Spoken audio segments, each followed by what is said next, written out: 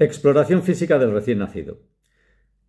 Un recién nacido lo que necesita inmediatamente es estar pegado a su madre, piel con piel, para comenzar la lactancia y para muchas cosas más. Y la madre también lo necesita. Por tanto, la exploración física del recién nacido no debe realizarse inmediatamente de tal forma que interrumpa esa hora sagrada de piel con piel. Debe realizarse en torno a los 90 minutos. Es el momento para hacer una exploración física general, básica, y medir pues el peso y el perímetro cefálico. El peso es importante medirlo en este momento y no después, porque va a ser una referencia importante. Por ejemplo, a los 2 días es muy frecuente que un recién nacido haya perdido un 8% de su peso a las 48 horas. Si no tenemos el peso si no tenemos una referencia, no tenemos el peso al nacimiento, no sabremos si está perdiendo demasiado. Por ejemplo, dicho sea de paso, este peso que se pierde a los 2 días se recupera en torno a las 2 semanas. Luego, en torno a los 5 meses, habrán duplicado aproximadamente el peso que tuvieron al nacer. Un varón suele alcanzar la mitad de su altura adulta en torno a los 18 meses, mientras que una niña la suele alcanzar en torno a los 19 meses.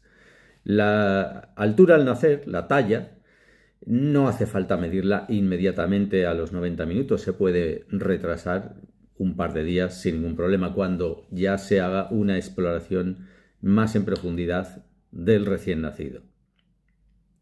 Un dato importante en la altura es que luego el crecimiento de las extremidades va a ser más rápido que el tronco. El tronco nace más desarrollado, por así decirlo. En cuanto al perímetro cefálico, se mide sistemáticamente hasta la edad de 1 año y la media es 35 centímetros al nacer. Si un neonato ha nacido con sospecha de que es demasiado pequeño para su edad gestacional o demasiado grande, entonces es importante hacer una valoración de la edad gestacional utilizando la escala de Ballard, en la cual pues hay datos de la flexión de las caderas o de las rodillas, que es mucho mayor en los prematuros y mucho menor en los postmaduros. O, por ejemplo, los genitales masculinos en los prematuros suelen estar aplanados, no hay casi testículos prominentes, mientras que en los postmaduros ya los testículos son péndulos en el varón. Y en la niña los genitales, la vulva, los labios mayores de la vulva son mucho más prominentes en la niña postmadura.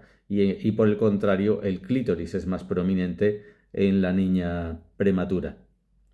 Y vamos ya con la exploración física del recién nacido. Lo primero, pues exploramos el aparato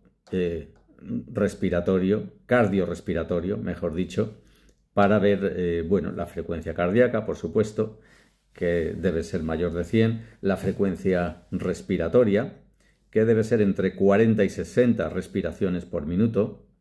Si el bebé es normal y todo está normal, podemos contar 6 segundos y luego multiplicar por 10 como método para hacerlo simplificado. Es importante escuchar los ruidos respiratorios, que deben ser claros e iguales en ambos lados. Si en un lado no hay ruidos respiratorios o están muy disminuidos, tenemos que sospechar neumotórax o derrame pleural o hernia diafragmática, y entonces indicaríamos una ecografía. Es relativamente habitual encontrar la taquipnea transitoria del recién nacido, que normalmente se resuelve dentro de las 48 horas por sí sola cuando termina de expulsar el líquido de los pulmones.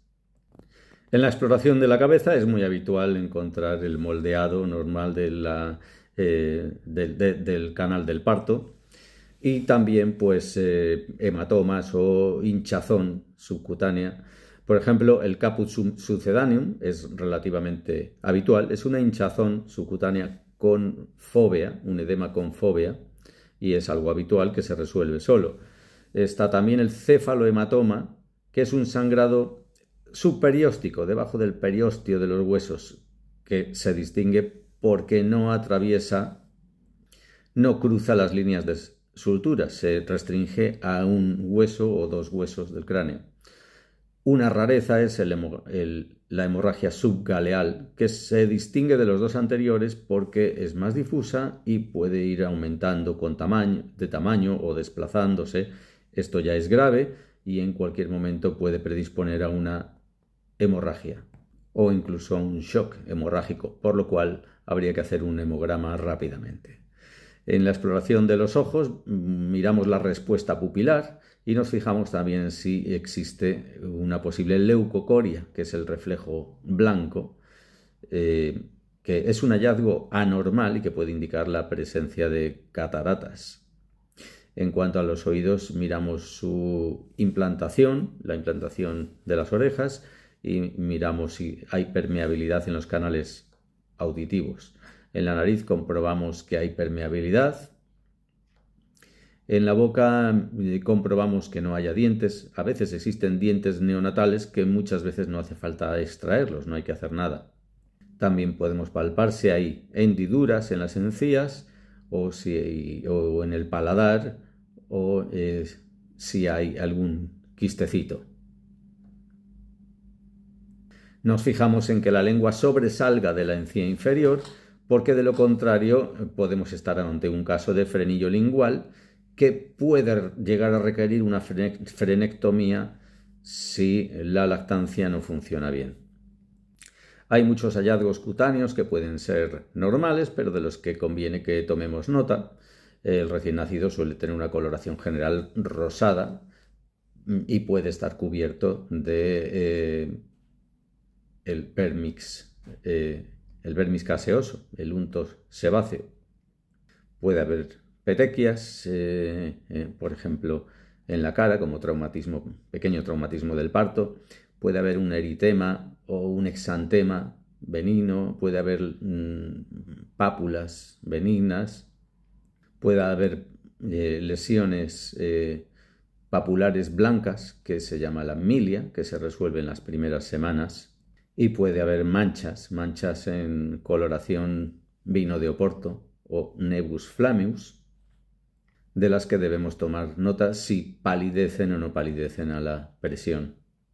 En cuanto al aparato musculoesquelético, debemos fijarnos en el hoyuelo sacro, que lo normal es que tenga una base intacta, visible, y que sea menor de 0,5, de medio centímetro de profundidad.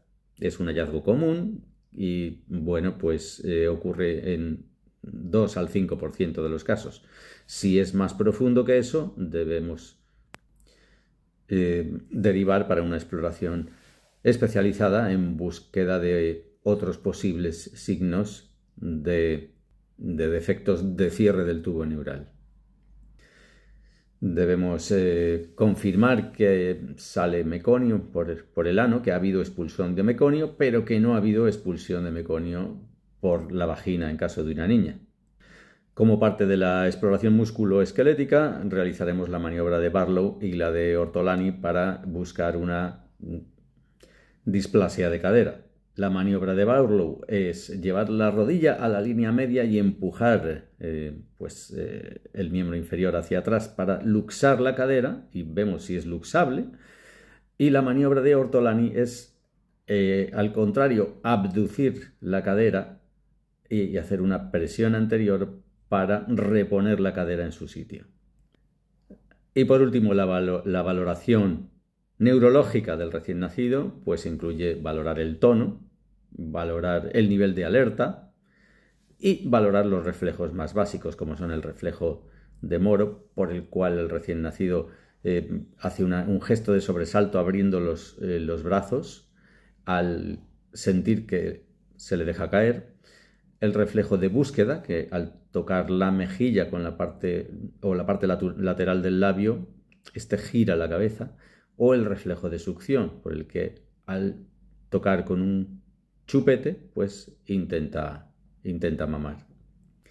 Debemos saber que la inmensa mayoría de los recién nacidos en un parto natural, un parto en el que no ha habido intervenciones, van a ser completamente normales y probablemente no habrá que hacer nada.